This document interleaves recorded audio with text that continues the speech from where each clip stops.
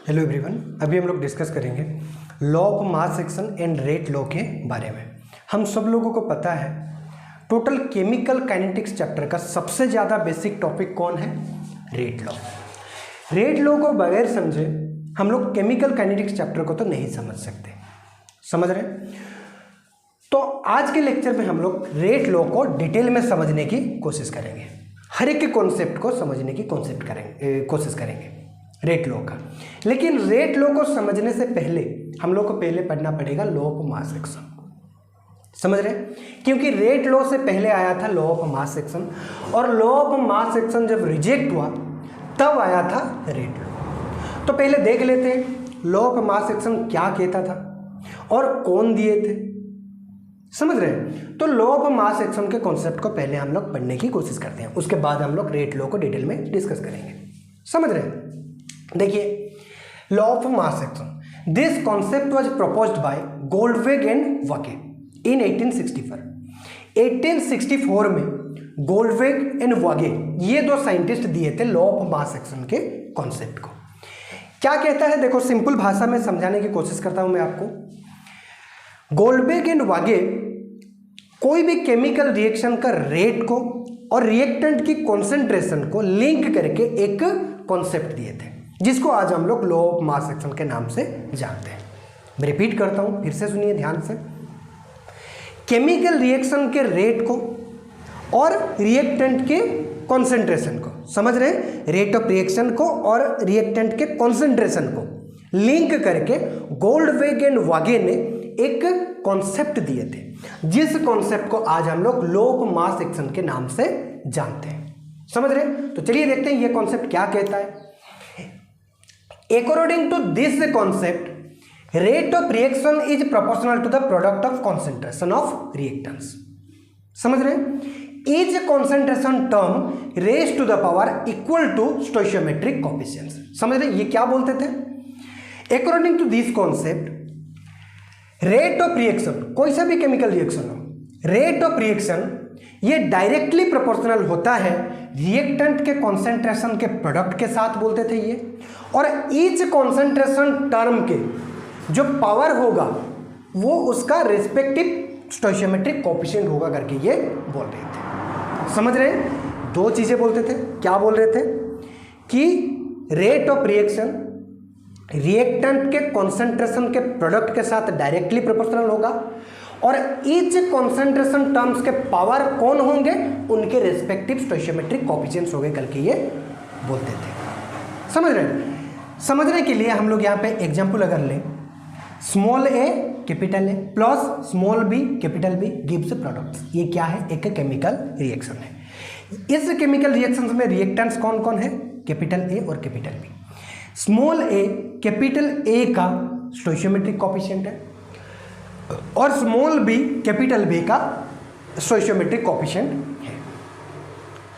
अगर law of mass action हम लोग लिखने की कोशिश करें यहाँ पे, तो कैसे लिखेंगे? Rate directly proportional to product of concentration of reactants. तो ए का कॉन्सेंट्रेशन बी का कॉन्सेंट्रेशन का प्रोडक्ट, यहाँ पे कुछ नहीं लिखा है, मतलब क्या है? इनके बीच में रिलेशन क्या है? प्रोडक्ट वाला रिलेशन है। समझ रहे हैं? ये ए है। समझ रहे हैं? ठीक से लिख देता हूं।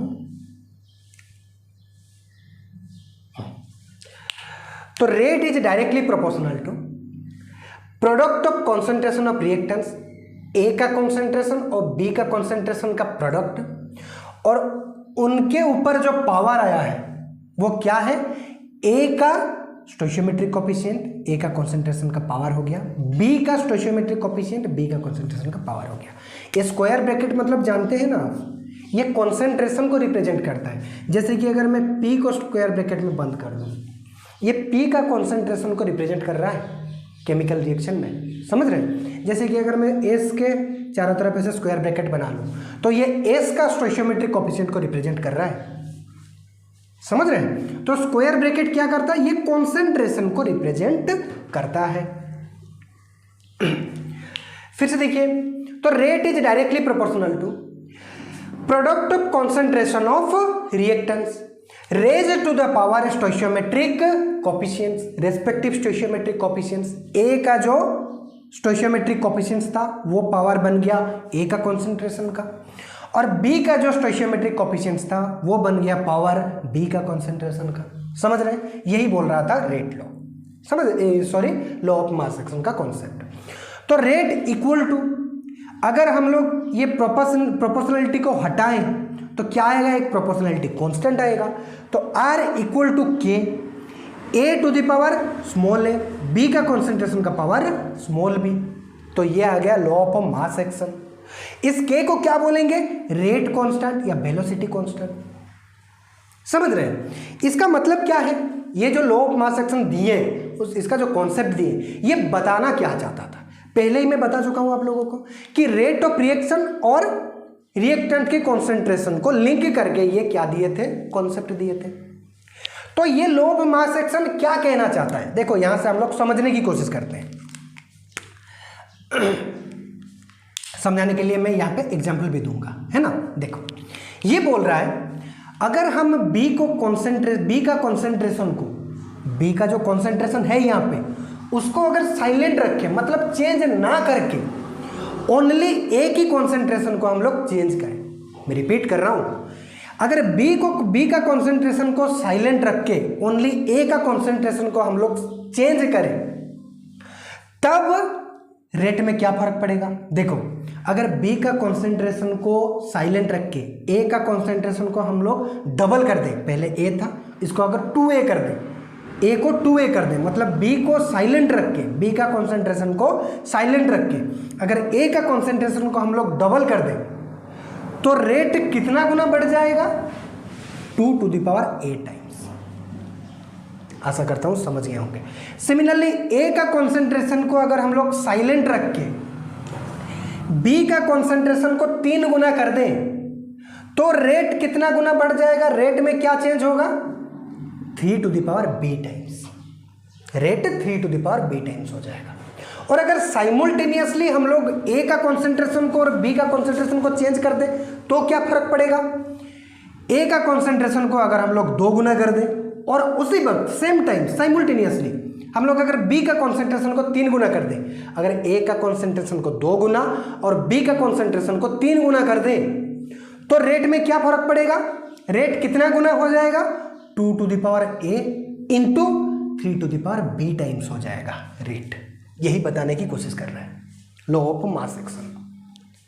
कॉन्सेंट्रेशन को चेंज करने से रेट पे क्या फर्क पड़ेगा, रेट में किस तरह का चेंज देखने को मिलेगा, यह बताने की कोशिश कर रहे थे गोल्डवेग एंड वाके।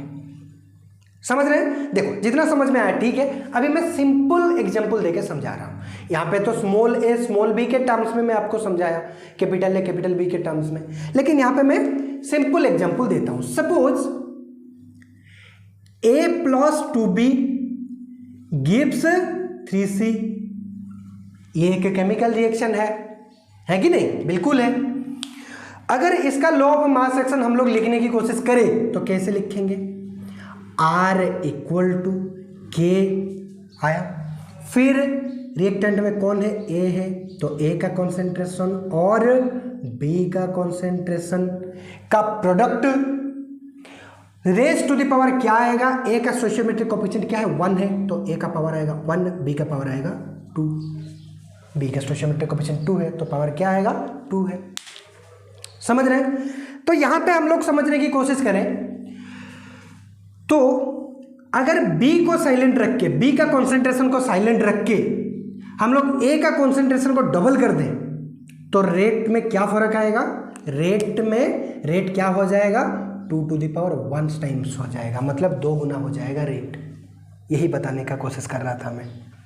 अगर A को साइलेंट करके B को 3 गुना कर दे, B के कॉन्सेंट्रेशन को 3 गुना कर दे, A के कॉन्सेंट्रेशन को साइलेंट रख के, तो रेट कितना गुना हो जाएगा, 3 टू द पावर 2 टाइम्स हो जाएगा। और अगर B के पावर, सपोज समझाने के लिए B के पावर यहां पे 4 होता और A की कॉन्सेंट्रेशन को साइलेंट करके B को 3 गुना कर देते, तो रेट कितना गुना हो जाता, 3 टू द पावर 4 टाइम्स हो जाता, मतलब कितना, 81 टाइम्स हो जाता। समझाने के लिए बोल रहा हूं मैं, है ना। और अगर A और B बी का कॉन्सेंट्रेशन को एक साथ हम लोग चेंज करें तो क्या होगा, ए की कॉन्सेंट्रेशन को 2 गुना और बी की कॉन्सेंट्रेशन को 3 गुना कर दें तो क्या हो जाएगा, इस रिएक्शन में ए का कॉन्सेंट्रेशन को 2 गुना और बी का कॉन्सेंट्रेशन को 3 गुना कर दें तो रेट कितना गुना हो जाएगा, 2 to the power 1 into 3 to the power 2 मतलब 18 टाइम्स हो जाएगा। यही बताने का कोशिश कर रहा है लॉ ऑफ मास एक्शन। मतलब रिएक्टेंट के कॉन्सेंट्रेशन को चेंज करने से रेट में क्या फर्क पड़ता है, रेट कितना गुना बढ़ जाता है या कम हो जाता है, कितना चेंज होता है, यह बताने की कोशिश कर रहा है लॉ ऑफ मास एक्शन। समझ रहे हैं, मैं पहले ही बता चुका था आपको कि कॉन्सेंट्रेशन को चेंज करने पे रेट पे क्या फर्क पड़ता है, रेट में क्या चेंज होता है, यह बताता है लॉ ऑफ मास एक्शन। समझ रहे हैं। और ये के को क्या बोलते हैं, रेट कांस्टेंट या velocity constant. But experimentally it was found that rate may not depend upon stoichiometric coefficient. लेकिन एक्सपेरिमेंट किया गया लॉ ऑफ मास एक्शन का, समझ रहे हैं कि लॉ ऑफ मास एक्शन ये रियल में एप्लीकेबल होता है कि नहीं रिएक्शंस में। तो बहुत सारे रिएक्शंस लिया गया और उन रिएक्शंस को एक्सपेरिमेंट करके पता किया गया कि ये लॉ ऑफ मास एक्शन उन पे एप्लीकेबल हो रहा है कि नहीं। तो वहां पे पता चला कि बहुत सारे रिएक्शंस ऐसे थे जिन रिएक्शन पे ये स्टोइचियोमेट्रिक कोएफिशिएंट डिपेंड नहीं कर रहे थे। कुछ रिएक्शंस में तो स्टोइचियोमेट्रिक कोएफिशिएंट डिपेंड कर रहे थे, लेकिन बहुत सारे रिएक्शंस, मेजॉरिटी ऑफ रिएक्शंस में ये स्टोइचियोमेट्रिक कोएफिशिएंट डिपेंड नहीं कर रहे थे। लॉ ऑफ मास एक्शन बोलता था ये product of concentration of reactants होता है के साथ डायरेक्टली प्रोपोर्शनल होता है, ये सही था, वो बोले कि ये सही है। लेकिन ये जो raise to the power each concentration terms raise to the power stoichiometric coefficient होता है, ये बोले थे लॉ ऑफ मास एक्शन, ये 100% ट्रू नहीं है। कुछ रिएक्शन में सही है लेकिन मेजॉरिटी ऑफ रिएक्शंस में ये स्टोइचियोमेट्रिक कोएफिशिएंट डिपेंड नहीं करता है करके ये बोले थे। समझ रहे हैं। तो ये क्या हो गया, रिजेक्ट हो गया। तो मेजॉरिटी ऑफ क्यों रिजेक्ट हो गया, आपको पता चल गया कि बहुत फ्यू नंबर ऑफ रिएक्शंस में ये law of mass action applicable होता था। मेजॉरिटी ऑफ रिएक्शन में ये एप्लीकेबल नहीं होता था, स्टोइचियोमेट्रिक कोएफिशिएंट पे डिपेंड नहीं कर रहा था मेजॉरिटी ऑफ रिएक्शन। समझ रहे हैं। और रियल में हम लोग अगर जानने की कोशिश करें तो ओनली एलिमेंटरी रिएक्शंस पे ये एप्लीकेबल होता है लॉ ऑफ मास एक्शन। और एलिमेंटरी रिएक्शन क्या होता है पिछले लेक्चर में बहुत अच्छे से समझाया हो, जो भी नहीं जानते हो पिछले लेक्चर देख करके आइए। समझ रहे हैं। मैं यहाँ पे एक्सपेक्ट करता हूँ कि आप लोग पिछले लेक्चर देख करके ये लेक्चर अटेंड करने के लिए आए हैं। समझ रहे हैं। तो ये बहुत फ्यू रिएक्शंस में, मतलब ओनली एलिमेंट्री रिएक्शन में law of mass action applicable होता है, फॉलो करता है। समझ रहे हैं। तो ये रिजेक्ट होने के बाद आया रेट लॉ। तो रेट लॉ क्या करता है, ये भी सेम ही काम करता है। कॉन्सेंट्रेशन को कितना चेंज करने पर रेट पे कितना फर्क आएगा, रेट कितना चेंज होगा। समझ रहे हैं। लेकिन इसका बताने का तरीका थोड़ा सा अलग था। ये बोल रहा था स्टोइचियोमेट्रिक कोएफिशिएंट के ऊपर डिपेंड करता है, ये स्टोइचियोमेट्रिक कोएफिशिएंट के ऊपर डिपेंड नहीं करता है बोले थे। ये पावर क्या बताता है, ये जो स्टोइचियोमेट्रिक कोएफिशिएंट पावर लेती है यह क्या बताता है, किस रेट पे रिएक्शन बढ़ेगा। अगर पावर 2 होगा, कॉन्सेंट्रेशन को 2 करेंगे तो 2 to the power 2 टाइम्स हो जाएगा रेट। अगर पावर 3 होता, कॉन्सेंट्रेशन को हम लोग 3 गुना बढ़ाते तो 3 to the power 3 टाइम्स हो जाता रेट ऑफ रिएक्शन। तो ये पावर बताता है किस रेट में बढ़ेगा,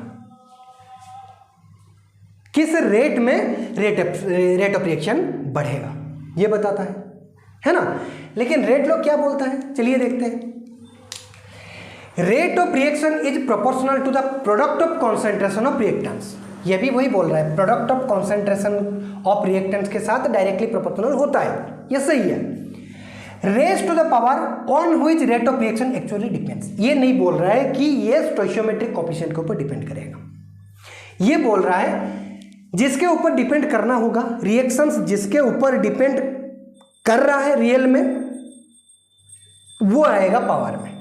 और रिएक्शन किसके ऊपर डिपेंड करता है वो ये पता कैसे चलेगा, बोले एक्सपेरिमेंट से। समझ रहे हैं, व्हिच मे और may not be equal to stoichiometric coefficients. समझ रहे हैं, रेट लॉ क्या बोला, ये रेट लॉ बोला rate of reaction product of concentration of react के साथ डायरेक्टली प्रोपोर्शनल होता है, ये सही है, लेकिन पावर में स्टोइचियोमेट्रिक कोएफिशिएंट हो भी सकता है, नहीं भी सकता है। और ये पता कैसे चलेगा, एक्सपेरिमेंट से। एक्सपेरिमेंट करेंगे, उस एक्सपेरिमेंट से हर एक कॉन्सेंट्रेशन जिसके ऊपर डिपेंड कर रहे होंगे वो आएंगे पावर में,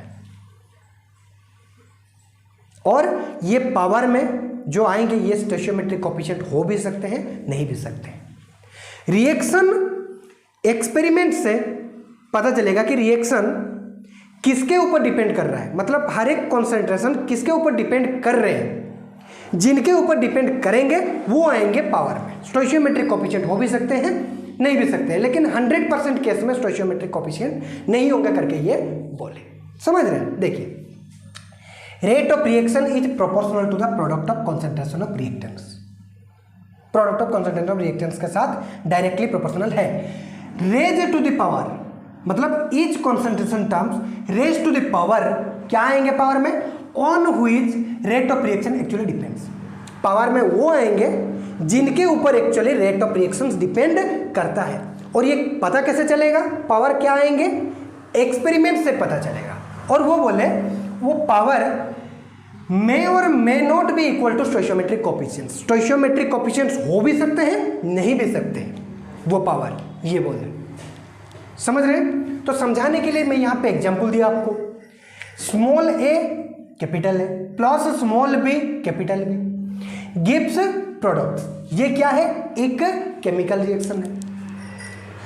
तो यहाँ पे लिखा गया है, बोला गया है एक्सपेरिमेंट से पता चला ये reaction let rate of reaction depends upon alpha concentration terms of A and beta concentration terms of B experimentally. बोल रहे हैं यहाँ पे कि एक्सपेरिमेंट से पता चला कि ए का कॉन्सेंट्रेशन अल्फा के ऊपर डिपेंड करता है और बी का कॉन्सेंट्रेशन बीटा के ऊपर डिपेंड करता है। समझ रहे हैं, तो रेट लॉ क्या आएगा, rate is directly proportional to product of concentration of reactants, सही है, लेकिन ए के ऊपर ये स्मॉल ए नहीं आएगा, मतलब स्टोइचियोमेट्रिक कोएफिशिएंट नहीं आएगा। ए रियल में जिसके ऊपर डिपेंड करता है वो पता कैसे चलेगा, एक्सपेरिमेंट से। और एक्सपेरिमेंट से पता चला ए का कॉन्सेंट्रेशन अल्फा के ऊपर और बी का कॉन्सेंट्रेशन बीटा के ऊपर डिपेंड करता है। तो ए के ऊपर कॉन्सेंट्रेशन टर्म्स ऑफ ए के ऊपर आएगा अल्फा और बी के ऊपर आएगा बीटा। ए का पावर कॉन्सेंट्रेशन ऑफ ए का पावर आएगा अल्फा, बी का पावर आएगा बीटा, क्योंकि एक्सपेरिमेंट से पता चल रहा है कि ए डिपेंड करता है अल्फा के ऊपर और बी का कॉन्सेंट्रेशन डिपेंड करता है बीटा के ऊपर। समझ रहे हैं, देखिए यहाँ पे क्या आ गया, पावर में अल्फा और बीटा। स्टोइचियोमेट्रिक कोएफिशिएंट क्या थे, ए और बी, है ना। तो यहाँ पे देखिए नहीं आया स्टोइचियोमेट्रिक कोएफिशिएंट, अलग आया। समझ रहे हैं, तो रेट इक्वल टू प्रोपोर्शनलिटी जब हटाएंगे क्या आएगा, के फिर product of concentration of reactants raise to the power alpha and beta. इसको बोलते हैं हम लोग, this is known as rate law expression या इक्वेशन। समझ रहे हैं, और ये रेट लॉ इक्वेशन या एक्सप्रेशन पता कैसे चला, एक्सपेरिमेंट से, क्योंकि अल्फा और बीटा हम लोग लाए कहाँ से हैं, एक्सपेरिमेंट से। लेकिन यहाँ पे क्या कर देते थे हम लोग, स्टोइचियोमेट्रिक कोएफिशिएंट को चिपका देते थे पावर में, बोल रहे थे कि कोई सा भी केमिकल रिएक्शन हो ये स्टोइचियोमेट्रिक कोएफिशिएंट के ऊपर डिपेंड करता है। लेकिन ये क्या बोले, एक्सपेरिमेंट से पता चलेगा। मतलब हम लोग बोल सकते हैं कि ये रेट लॉ एक्सप्रेशन या रेट लॉ इक्वेशन ये एक एक्सपेरिमेंटल इक्वेशन है या एक्सपेरिमेंटल क्वांटिटी है, बिल्कुल सही है। अगर हम लोग रेट लॉ को लिखने के लिए जो पावर है ये एक्सपेरिमेंट से लाएंगे तो कोई भी केमिकल रिएक्शन को देख के हम लोग रेट लॉ लिख सकते हैं क्या, बिल्कुल भी नहीं। लॉ ऑफ मास एक्शन लिख सकते हैं कि नहीं, बिल्कुल लिख सकते हैं, क्योंकि यहाँ पे एक्सपेरिमेंट का क्या मतलब है, यहाँ पे तो डायरेक्टली स्टोइचियोमेट्रिक कोएफिशिएंट को चिपकाते थे हम लोग। और यहाँ पे क्या कर रहे हैं, एक्सपेरिमेंट से लाते हैं पावर को, मतलब कोई भी केमिकल रिएक्शन को हम लोग देख करके नहीं लिख सकते रेट लॉ इक्वेशन। समझ रहे हैं? ये क्या बता रहा है? ये भी सेम चीज ही बता रहा है। कॉन्सेंट्रेशन को चेंज करने पर रेट पे क्या फर्क पड़ेगा, रेट कितना टाइम्स चेंज होगा। लेकिन यहां पे फर्क इतना है, ये स्टोइचियोमेट्रिक कोएफिशिएंट के ऊपर डिपेंड नहीं करता है। कर भी सकता है, अगर एक्सपेरिमेंट से ये स्मॉल ए और स्मॉल बी आता तो सही है, उसको लिखते हैं। लेकिन 100% केस में स्टोइचियोमेट्रिक कोएफिशिएंट नहीं आएगा, है ना।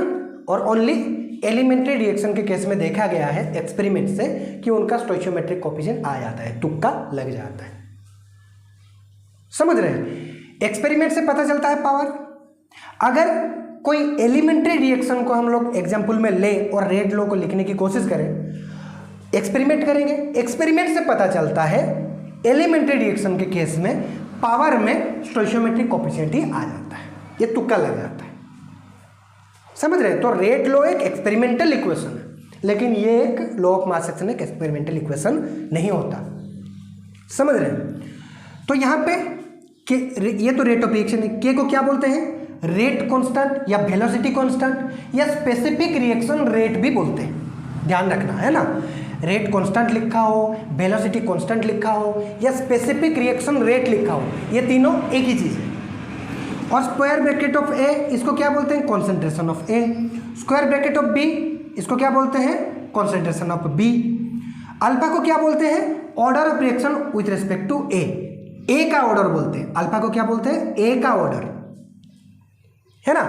और बीटा को क्या बोलते हैं? बी का ऑर्डर। बीटा को क्या बोलते हैं? Order of reaction with respect to B, B का ऑर्डर। और पावर को अगर हम लोग सम कर दें रेट लॉ में, तो हम लोग को क्या पता चल जाता है? Overall order of reaction, reaction का ऑर्डर पता चल जाता है। अल्फा क्या है? ए का ऑर्डर। बीटा क्या है? बी का ऑर्डर। लेकिन अल्फा प्लस बीटा ये क्या होता है? ये टोटल रिएक्शन का ऑर्डर है, overall order of the reaction. आशा करता हूं समझ गए होंगे। तो रेट लॉ ये स्टोइचियोमेट्रिक कोएफिशिएंट के ऊपर डिपेंड नहीं करता है। किसके ऊपर डिपेंड करता है? ये पता चलता है एक्सपेरिमेंट से। तो ये एक एक्सपेरिमेंटल इक्वेशन है, ये एक्सपेरिमेंटल इक्वेशन नहीं है, ये स्टोइचियोमेट्रिक कोएफिशिएंट के ऊपर डिपेंड करता है। आशा करता हूं समझ गए होंगे। तो अभी तक मैंने जितना पढ़ाया है आप लोग नोट्स करिए। नेक्स्ट स्लाइड में हम लोग क्या करेंगे? लॉ ऑफ मास एक्शन और रेट लॉ के बीच में क्या करेंगे? डिफरेंस देखेंगे, है ना। नीट के लिए तो इंपॉर्टेंट नहीं है, कॉम्पिटिटिव एग्जाम के लिए तो इंपॉर्टेंट नहीं है, लेकिन बोर्ड के लिए इंपॉर्टेंट है। पूछ सकता है लॉ ऑफ मास एक्शन और रेट लॉ के बीच में डिफरेंस क्या है कि नहीं। CHSC हो, CBSE हो या ISC हो, कोई से भी बोर्ड हो, मैं यहाँ पे हर एक का सिलेबस देख करके पढ़ा रहा हूँ। सबका सिलेबस यहाँ पे कवर हो रहा है, कुछ भी नहीं छूट रहा है ना। तो कोई सा भी बोर्ड हो वो फॉलो कर सकते हैं लेक्चर को। समझ गए? तो अभी तक मैंने जितना पढ़ाया आप लोग नोट्स करिए।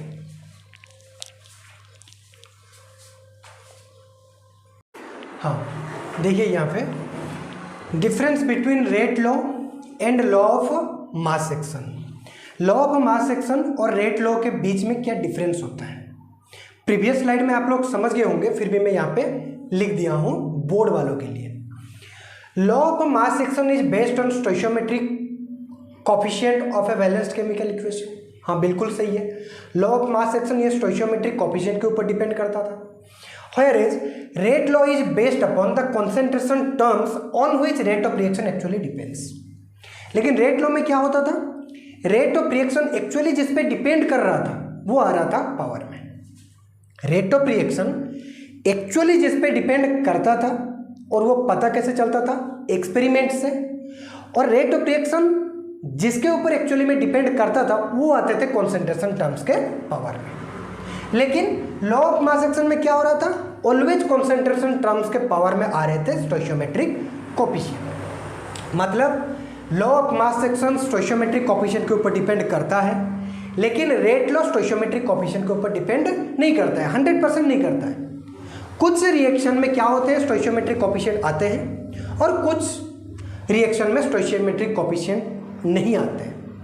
ये 100% स्टोइचियोमेट्रिक कोएफिशिएंट के ऊपर डिपेंड नहीं करता है रेट लॉ। समझ रहे हैं? तो सिंपली ये लैंग्वेज आप लिख देना कि law of mass action is based on stoichiometric coefficient of a balanced chemical equation, where is rate law is based upon the concentration terms on which rate of reaction actually depends. Rate of reaction actually जिस पे depend करता है उस पे depend करता है, उस पे बेस्ड होता है रेट लॉ, है ना। ऐसा करता हूं समझ गए होंगे।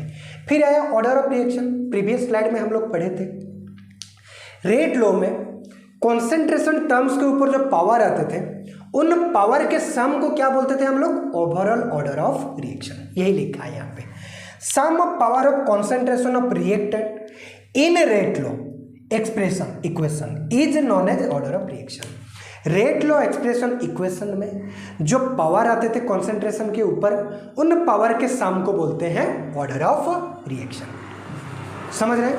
समझाने के लिए मैं यहाँ पे लिखा हूँ, एक इक्वेशन दिया हूँ, 2a + 3b gives 4c suppose, और एक्सपेरिमेंट से पता चला कि a का कॉन्सेंट्रेशन x के ऊपर, b का कॉन्सेंट्रेशन y के ऊपर डिपेंड करता है। तो रेट लॉ क्या आएगा, rate equal to k a⁴x b⁴y। तो यहाँ पे ओवरऑल ऑर्डर ऑफ रिएक्शन क्या होगा इस रिएक्शन का, 2a + 3b gives 4c reaction का ऑर्डर ऑफ रिएक्शन आएगा x + y। और ये x 2 हो भी सकता है, नहीं भी हो सकता है, y 3 हो भी सकता है, नहीं भी हो सकता है। मतलब x और y स्टोइचियोमेट्रिक कोएफिशिएंट हो भी सकते हैं, नहीं भी सकते हैं, लेकिन ऑर्डर ऑफ रिएक्शन क्या होगा, x + y। x = 2 और x ≠ 2, x = 2 और x ≠ y = 3 और not equal to 3। समझ गए? ये एक बहुत इंपॉर्टेंट टर्म है, स्टेटमेंट है, ध्यान रखिएगा। In case of elementary reaction molecularity equal to order of reaction. Molecularity और ऑर्डर ऑफ रिएक्शन ये सेम होते हैं एलिमेंटरी रिएक्शन में। और मोलिकुलरिटी और ऑर्डर ऑफ रिएक्शन अगर सेम है तो मोलिकुलरिटी कैसे निकालते थे, sum of stoichiometric coefficient of reactant.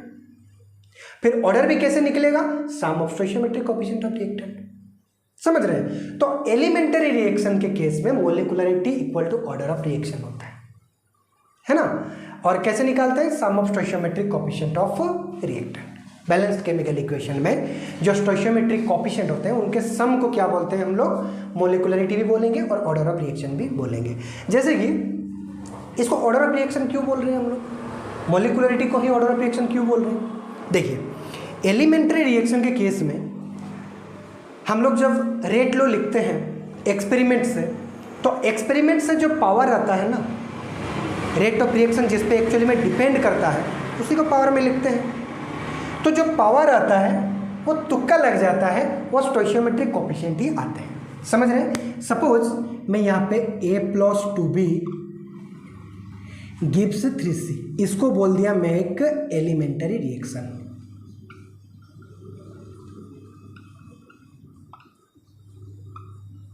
इसको बोल दिया मैं एलिमेंटरी रिएक्शन, दिख रहा है ना साइड में। हाँ, सपोज ये एक एलिमेंटरी रिएक्शन है, तो इसका रेट लॉ जब हम लोग लिखेंगे एक्सपेरिमेंट से, जो पावर आता है ना एक्सपेरिमेंट से, जिनके ऊपर रेट ऑफ रिएक्शन एक्चुअली में डिपेंड्स करता है, वो पावर क्या आते हैं, स्टोइचियोमेट्रिक कोएफिशिएंट ही आते हैं। तुक्का लग जाता है यहाँ पे, है ना, लॉ ऑफ मास एक्शन का तुक्का लग जाता है। a⁴ क्या आएगा, 1 स्टोइचियोमेट्रिक कोएफिशिएंट, और b⁴ आ जाएगा 2। समझ रहे हैं? मैं पहले भी बोल चुका था आपको कि लॉ ऑफ मास एक्शन ये एप्लीकेबल हो जाता है एलिमेंट्री रिएक्शन के केस में। तो यहाँ पे देखिए रेट लॉ जब लिखे, पावर में क्या आ गया, वही स्टोइचियोमेट्रिक कोएफिशिएंट ही आ गया।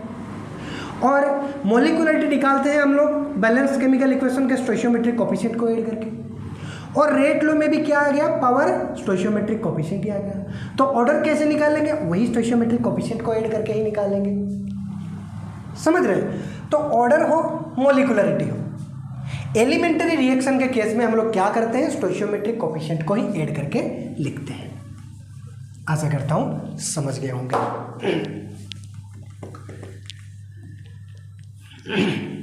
ये लिखने का जरूरत नहीं है, मैं समझाने के लिए लिखा था यहाँ पे। तो एलिमेंट्री रिएक्शन के केस में मोलिकुलरिटी और ऑर्डर ऑफ रिएक्शन ये सेम होते हैं। और कैसे निकालते हैं, sum of stoichiometric coefficient of reactant. समझ रहे हैं? फिर देखिए यहाँ पे 2 क्वेश्चन लिखा हूँ मैं यहाँ पे, आप लोग पहले सोल्व करिए वीडियो पॉज करके, फिर मैं बता दूंगा आपको। वीडियो पॉज करिए, क्वेश्चन सॉल्व करिए। हाँ देखिए, 2a + 3b गिव्स 5c, ये एक रिएक्शन है, और एक्सपेरिमेंटली लिखा है ये, मतलब रेट इक्वेशन लिखा है, rate equal to k A to the power 1 B to the power 2। A का पावर 1 है, बी का पावर 2 है, एक्सपेरिमेंट से पता चला, मतलब रेट लो लिखा गया है। अगर मैं पूछूं आपको यहाँ पे फाइंड ऑर्डर ऑफ रिएक्शन, तो ऑर्डर ऑफ रिएक्शन क्या होगा, सम ऑफ पावर 1 + 2 = 3। कोई मुश्किल था? कोई मुश्किल नहीं था। अभी देखिए 3a + 2b गिव्स 5c। मैं यहाँ पे पूछ रहा हूँ आपको ऑर्डर ऑफ रिएक्शन क्या होगा, 1 होगा, 2 होगा, 5 होगा, कैन नॉट डिटरमाइन। ज़्यादातर बच्चे आप यहाँ पे कर दिए होंगे 5, 3 + 2 नहीं होगा। ऑर्डर ऑफ रिएक्शन हम लोग कैसे निकालते हैं, ऑलवेज रेट लो से। बगैर रेट लो के हम लोग कभी भी ऑर्डर नहीं निकाल सकते रिएक्शन का, समझ रहे। और यहाँ पे रेट लो दिया है क्या, नहीं दिया है, मतलब ऑर्डर ऑफ रिएक्शन हम लोग फाइंड आउट कर सकते हैं, नहीं, तो can not determine. Order of reaction मतलब रेट लो, बगैर रेट लो के ऑर्डर ऑफ रिएक्शन तो हम लोग नहीं निकाल सकते। आशा करता हूँ समझ गए होंगे, आसान था क्वेश्चन। तो आज के लेक्चर में इतना ही, आशा करता हूँ आप सब लोगों को समझ में आया होगा। बिल्कुल आपके दोस्तों को थोड़ा सा शेयर करिए, कमेंट सेक्शन में बताइए लेक्चर कैसा लगा, और कुछ डाउट होगा तो बिल्कुल बताइए।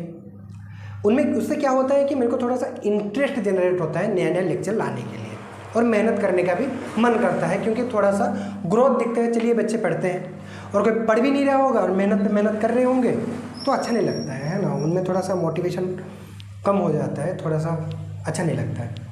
तो फिर मिलेंगे नेक्स्ट लेक्चर में, तब तक के लिए पढ़ते रहिए, धन्यवाद।